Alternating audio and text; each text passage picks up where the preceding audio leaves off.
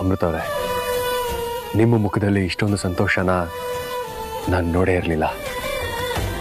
ನಿಮಗೆ ಬೇಕಾಗಿರೋ ನಾಗಮಣಿ ನಿಮಗೆ ಸಿಕ್ಕಿದೆ. ನಾನು ನಿಮ್ಮ ಕುಲದವನೇ ಅನ್ನೋದು ಗೊತ್ತಾಗಿದೆ. ಇದಕ್ಕಿಂತ ಇನ್ನೇನು ಬೇಕು ನಿಮಗೆ ಅಲ್ವಾ? ಬೇಡ, ನನಗಿನ್ನೇನು ಬೇಡ ಅರ್ಚನವರೇ. ಇಂಥ ದಿನಕ್ಕೋಸ್ಕರನೇ ನಾನು ಇಷ್ಟು ದಿನ ಪರಿತಪಿಸಿ ಹಪಿಸಿದ್ದು. ಈ ದಿನ ಎಷ್ಟು ಬೇಗ ನನ್ನ ಜೀವನದಲ್ಲಿ ಬರುತ್ತೆ ಅಂತ ನಾನು ಅನ್ಕೊಂಡಿರ್ಲಿಲ್ಲ. ಅಮೃತ ಅವರೇ, ಕಷ್ಟಗಳು ಬರೋದು ನಮ್ಮನ್ನ ಕುಗ್ಸೋದಕ್ಕೆ ಅಂತ ನಾವು ಸುಲಭವಾಗಿ ಅನ್ಕೋತೀವಿ. ವಾಸ್ತವದಲ್ಲಿ ನಮ್ಮತನನ ಗಟ್ಟಿ ಮಾಡೋದಕ್ಕೆ, ಆತ್ಮವಿಶ್ವಾಸನ ಹೆಚ್ಚಿಸೋದಕ್ಕೆ. ಪ್ರತಿ ಹಂತದಲ್ಲೂ ಪ್ರತಿ ಹೆಜ್ಜೆಲೂ ಸೋಲುವಂತ ವ್ಯಕ್ತಿಗೆ ಅವನ ಪ್ರತಿಯೊಂದು ಸೋಲು ಕೂಡ ಅವನು ಗೆಲ್ಲಲೇಬೇಕು ಅನ್ನೋ ಛಲನ ತಂದ್ಕೊಡುತ್ತೆ. ಒಟ್ನಲ್ಲಿ ನಮ್ಮ ಎಲ್ಲ ಸಂಕಷ್ಟಗಳು ದೂರ ಆಯ್ತಲ್ಲ, ಅಷ್ಟೇ ನನಗೆ ಸಂತೋಷ. ನಿಮ್ಮ ಈ ಮೋಹಕ ಮಂದಹಾಸ ನೋಡಿ ನಾನು ಮಂಕಾಗ್ಬಿಟ್ಟಿದ್ದೀನಿ ರೀ. ಇನ್ಯಾವತ್ತೂ ನಮ್ಮಿಬ್ಬರ ಜೀವನದಲ್ಲಿ ಈ ಮಂದಹಾಸ ಮಾಯ ಆಗೋದಿಲ್ಲ. ನಾನು ಅದನ್ನೇ ಬೇಡ್ಕೊಳ್ಳೋದು. ಪಣಿರಾಜ, ನಾನು ನಾಗಲೋಕದ ಯುವರಾಣಿ ಅಮೃತ. ನಾನು ನಾಗಮಣಿಯೊಂದಿಗೆ ಹಾಗೆ ನನ್ನ ಅರ್ಜುನವರೊಂದಿಗೆ ನಮ್ಮ ಲೋಕಕ್ಕೆ ಬರೋದಕ್ಕೆ ಸಿದ್ಧವಾಗಿದ್ದೀನಿ. ದಯವಿಟ್ಟು ನಮ್ಮ ನಾಗಲೋಕದ ನಾಗನೌಕೆಯನ್ನು ನಮಗಾಗಿ ಕಳುಹಿಸು.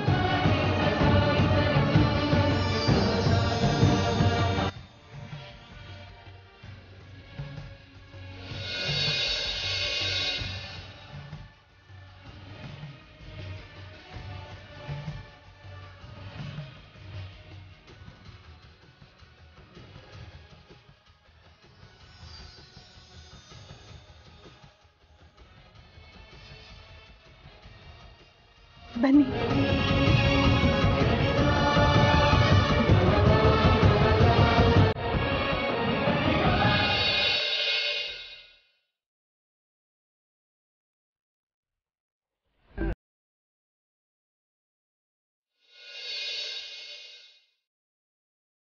ಬನ್ನಿ ಅರ್ಜುನವ್ರೆ.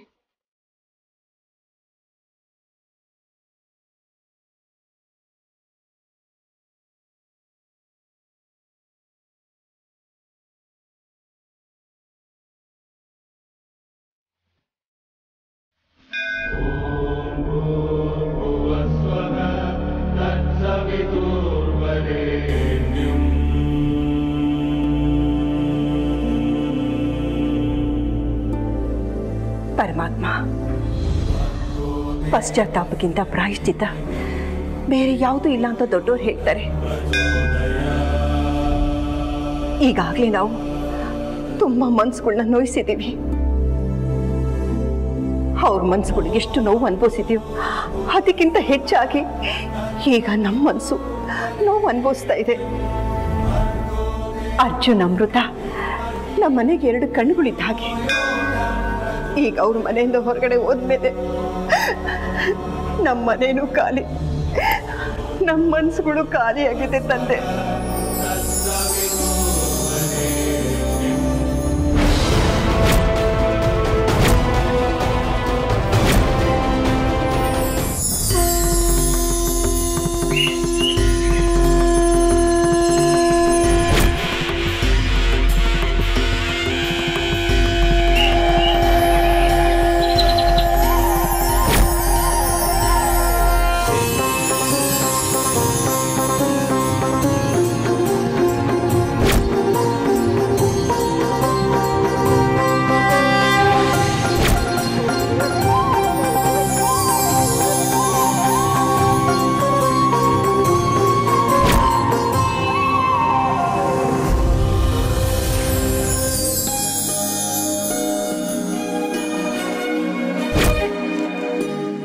ಅರ್ಜುನವ್ರೆ,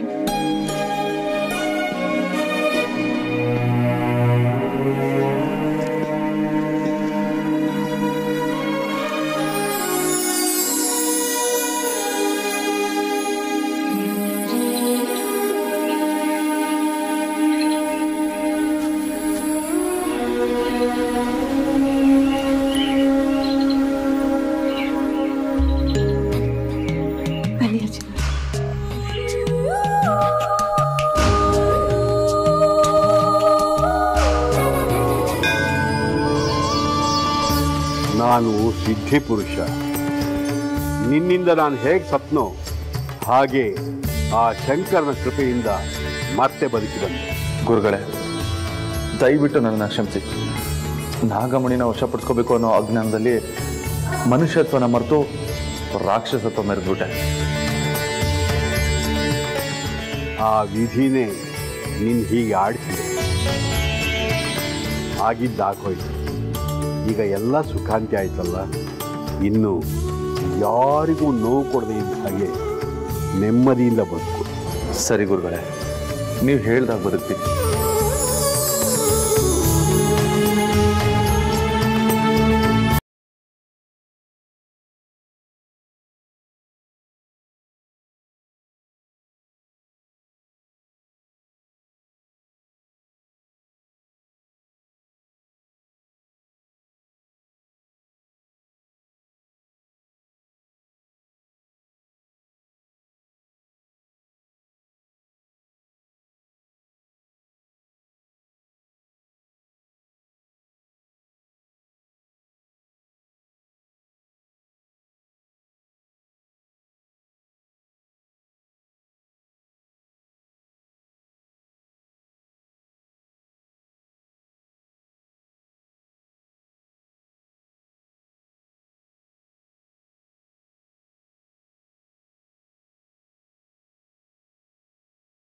ಈ ನಾಗಲೋಕನ ಸೇರ್ಬೇಕು ಅಂತ ನಿನ್ನ ಆಜ್ಞೆ ಇತ್ತು.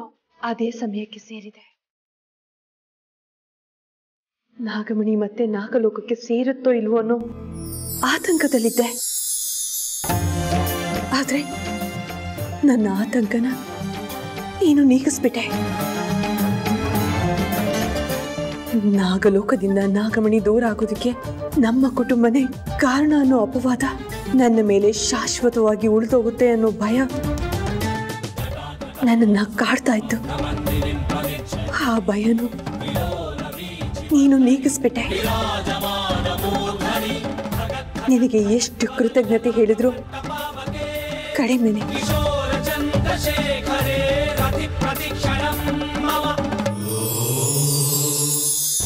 ಪರಮೇಶ್ವರ, ನಾನು ನಾಗಕುಲದವನಾಗಿದ್ರೂ ಸಹ ಅದು ನನ್ನ ಅರಿವಿಗೆ ಬಂದಿರಲಿಲ್ಲ. ಭೂಲೋಕದಲ್ಲಿ ಸಾಮಾನ್ಯ ಮನುಷ್ಯನಾಗಿರುವಂತ ನೀನು ನನಗೆ ವರ ಕೊಟ್ಟಿಯೋ ಅಥವಾ ಶಾಪ ಕೊಟ್ಟಿಯೋ ನನಗೆ ಗೊತ್ತಿಲ್ಲ. ಆದರೆ ನನ್ನ ತಂದೆ ತಾಯಿಯ ಪ್ರೀತಿ, ನನ್ನ ಅಜ್ಜಿಯ ವಾತ್ಸಲ್ಯ ಇವೆಲ್ಲವೂ ನನ್ನ ಸ್ವರ್ಗದಲ್ಲಿ ತೇಲಿಸ್ತಾ ಇತ್ತು. ಆ ಪ್ರೀತಿ ವಾತ್ಸಲ್ಯಕ್ಕೆ ಬೆಲೆ ಕಟ್ಟಲು ಸಾಧ್ಯವೇ ಇಲ್ಲ.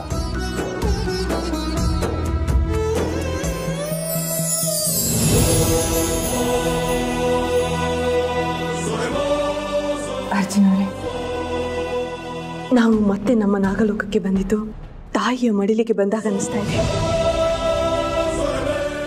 ಭೂಲೋಕ ಸುಂದರ ಅಂತ ಅನ್ಸಿದ್ರು ನಮ್ಮ ನಾಗಲೋಕ ಸ್ವರ್ಗ ಅಂತ ಅನಿಸ್ತಾ ಇದೆ.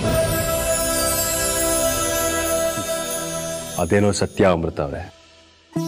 ನಮ್ಮ ತನ ಇರೋ ಜಾಗ, ನಮ್ಮ ಜನ ಇರೋ ಸ್ಥಳ ಯಾವಾಗ್ಲೂ ಸ್ವರ್ಗನೇ. ನಾಗಮಣಿನ ಪಡ್ಕೊಳ್ಳೋದಕ್ಕೆ ನಡೆಸಿದ ಹೋರಾಟ ಒಂದ ಎರಡ. ಆ ಹೋರಾಟದಲ್ಲಿ ಎಷ್ಟು ಜನರ ಪ್ರಾಣ ಹೋಯ್ತು.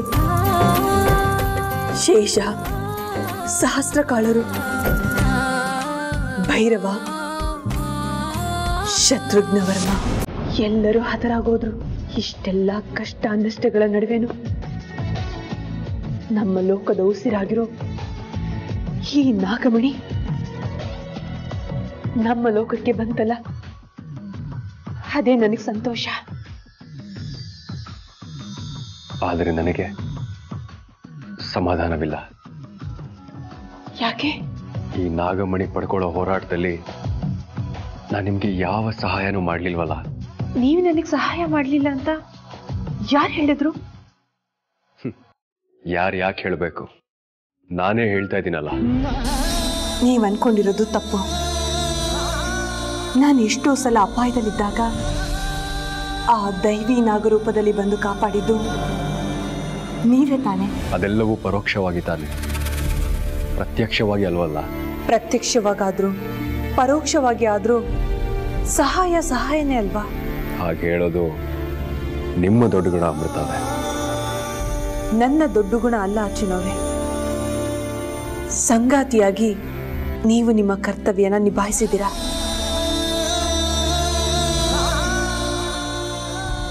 ಆದರೂ ನಾಗಮಣಿ ಎಷ್ಟೋ ದಿನ ನಮ್ಮಪ್ಪ ಚಿಕ್ಕಪ್ಪನ ಹತ್ರನೇ ಇತ್ತು. ಆದರೂ ಅದು ನನಗೆ ಗೊತ್ತೇ ಆಗಲಿಲ್ಲ ನೋಡಿ. ಅಷ್ಟು ಮಾತ್ರ ಅಲ್ಲ, ನಾಗಮಣಿ ನನ್ನೊಳಗೆ ಲೀನ ಆಗಿದ್ರೂ ಸಹ ನನಗದು ಗೊತ್ತಾಗಲಿಲ್ಲ. ಆಗ ಗೊತ್ತಾಗಿದ್ರೆ ನಿಮಗೆ ನಾಗಮಣಿ ತರೋದಕ್ಕೆ ಇಷ್ಟು ಕಷ್ಟ ಆಗ್ತಾ ಇರಲಿಲ್ಲ. ಸಮಯ ಒಂದೇ ಸರ್ವಸ್ವ ಅಂತ ಹೇಳ್ತಾರೆ. ಸಮಯಗಳು ಕೂಡಿ ಬರಲಿಲ್ಲ ಅಂದರೆ ಜನನ ಮರಣಗಳು ಕೂಡ ಹತ್ರ ಸುಳಿಯೋದಿಲ್ವಂತೆ. ಆ ಸರ್ವೇಶ್ವರ ಕೂಡ ಸಮಯದ ಕೈಬೊಂಬೆ ಅನ್ನೋದನ್ನ ಮರಿಬೇಡಿ. ವನವಾಸದಿಂದ ಬಂದ ಆ ಶ್ರೀರಾಮಚಂದ್ರ ಮತ್ತು ಸೀತೆ ಮತ್ತೆ ಆಗಲೇಬೇಕಾಯ್ತು.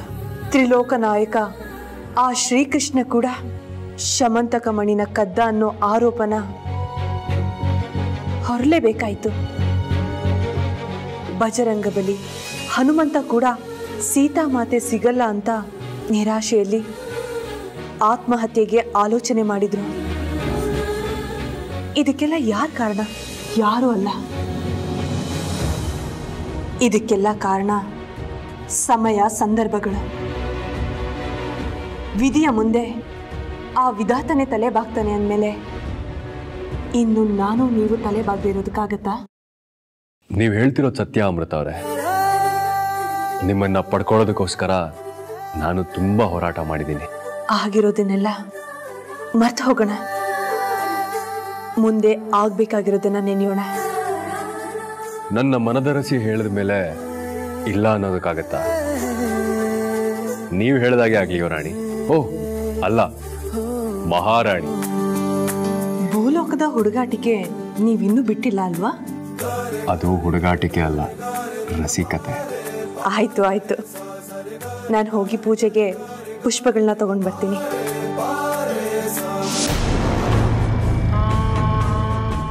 ನಾಗಮಣಿನ ಆ ಶಿವಲಿಂಗದ ಮೇಲೆ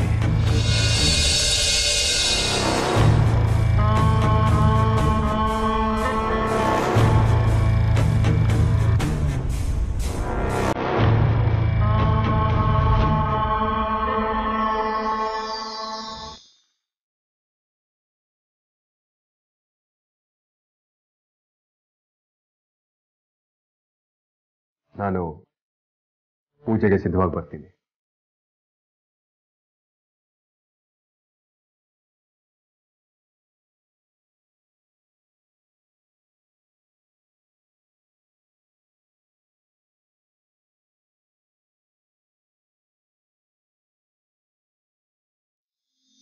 ಅಂತೂ ನೀವು ನಿಮ್ಮ ಲೋಕ ತಲುಪಿದ್ರಿ. ಇಷ್ಟು ವರ್ಷಗಳ ನಿಮ್ಮ ಕಷ್ಟ ಕಾರ್ಪಣ್ಯಗಳಿಗೆಲ್ಲ ಇವತ್ತು ಮುಕ್ತಿ ಸಿಕ್ತು. ನಿಮ್ಮ ಲೋಕದಲ್ಲಿ ಸಂತೋಷವಾಗಿ ನೆಮ್ಮದಿಯಿಂದ ಸುಖವಾಗಿ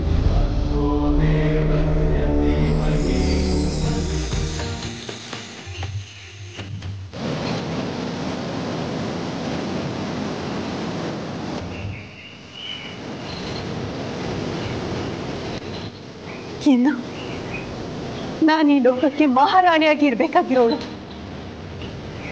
ನನ್ನ ಅರ್ಜುನ ಮಹಾರಾಜನಾಗಿರ್ಬೇಕಾದವರು. ಇನ್ಯಾವತ್ತು ನಾವು ಭೂಲೋಕಕ್ಕೆ ಹೋಗೋ ಪ್ರಸಂಗ ಬರ್ದೇ ಇರ್ಲಿ ತಂದೆ.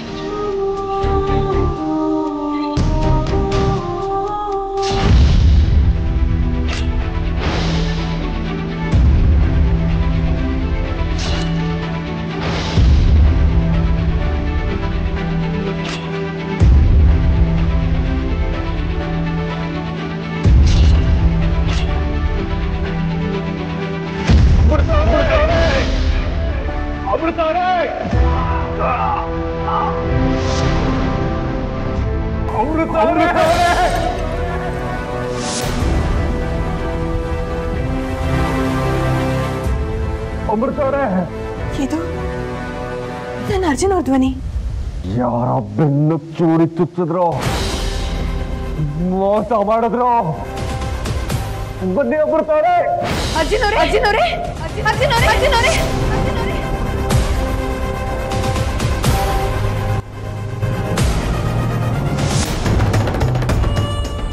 ಪರಮಾತ್ಮ, ಅರಿಷಡ್ ವರ್ಗಗಳಿಂದ ನಾಗಲೋಕದ ನಾಗಗಳು ಅತೀತರಾಗಿರ್ತಾರೆ ಅಂತ ಕೇಳಿದ್ದೆ. ಆದರೆ ವಾಸುಕಿ ಲೋಕದ ನಾಗಗಳು ಅರಿಷಡ್ ವರ್ಗಗಳಿಗೆ ದಾಸರಾಗಿದ್ದಾರೆ ಅಂತ ಈಗ ಗೊತ್ತಾಗ್ತಾ ಇದೆ.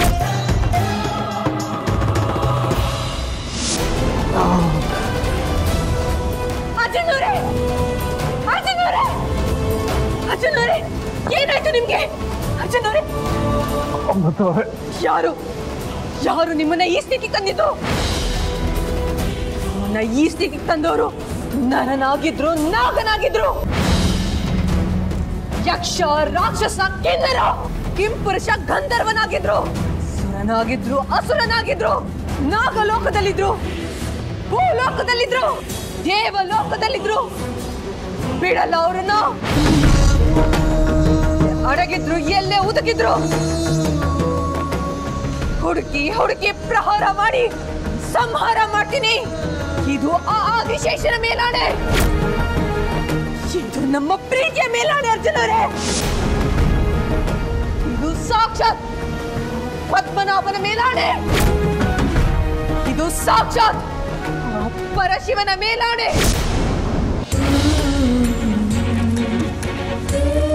ನಮ್ಮ ಪ್ರೀತಿ ಹರಳ್ತು, ನಮ್ಮ ಬದುಕು ಬಂಗಾರ ಆಯ್ತು ಅನ್ನೋ ಆನಂದದಲ್ಲಿದ್ದೆ ನಾನು. ನಮ್ಮ ಸಂತೋಷಕ್ಕೆ ಕೊಳ್ಳಿ ಇಟ್ಟವ್ರನ್ನ ಮಾತ್ರ ಅಲ್ಲ, ಸಂತತಿನೆಲ್ಲ ಸರ್ವನಾಶ ಮಾಡ್ತೀನಿ. ಇದು ಸತ್ಯ ಸತ್ಯ ಸತ್ಯ.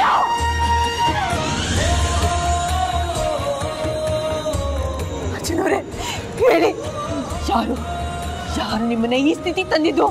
ಯಾರು ಏನು ಗೊತ್ತಿಲ್ಲ, ಹಿಂದೆಯಿಂದ ಬಂದು ಇದ್ರು. ನಿನಗೆ ಹಿರಿಯರು ಭೂಲೋಕದಲ್ಲಿ ಮಾತ್ರ ಇದ್ದಾರೆ ಅಂತ ಅನ್ಕೊಂಡಿದ್ದೆ. ಇಲ್ಲೂ ಇದರ ನನ್ನ ನಿಮ್ಮ ಶತ್ರು ಸಂತತಿ ಎಲ್ಲೂ ಇದೆಯಾ? ಅವರನ್ನ ಅಳಿಸೋದು ಈಗ ನನಗೆ ಮುಖ್ಯ ಅಲ್ಲ, ನಿಮ್ಮನ್ನ ಉಳಿಸೋದು ಮುಖ್ಯ. ನಡೀರಿ, ಮೊದಲು ನಾಗ ವೈದ್ಯರ ಹತ್ರ ಹೋಗೋಣ. ನಿಮ್ಮನ್ನ ಬಿಟ್ಟು ಬದುಕೋ ಶಕ್ತಿ ನನಗಿಲ್ಲ ಅರ್ಜುನವ್ರೆ. ಹೇಳಿ, ನಡೀರಿ.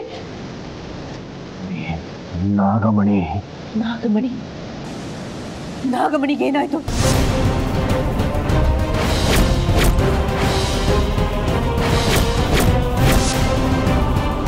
ನಾಗಮಣಿ ನಾಗಮಣಿ ಇಲ್ಲ. ಅರ್ಜುನರೇ, ನಾಗಮಣಿನ ಪಡ್ಕೊಳ್ಳೋದಕ್ಕೋಸ್ಕರ ನಿಮ್ಮನ್ನ ಆಹುತಿ ತಗೊಳಕ್ ನೋಡಿದ್ರ ಪಾಪಿಗಳು. ಅರ್ಜುನವ್ರೆ, ಹೇಳಿ ಅರ್ಜುನವ್ರೆ, ನಾಗ ವೈದ್ಯರ ಹತ್ರ ಹೋಗೋಣ. ಲಕ್ಷ್ಯ ಬಿಟ್ಬಿಡಿ ನೀವು.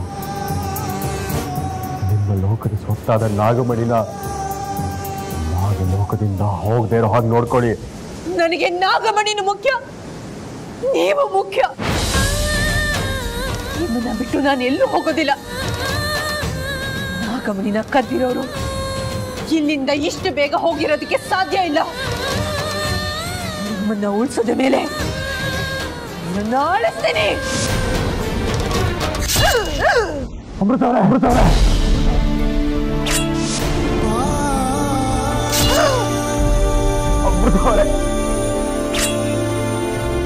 ಅರ್ಜುನರೇ, ಅರ್ಜುನರೇ,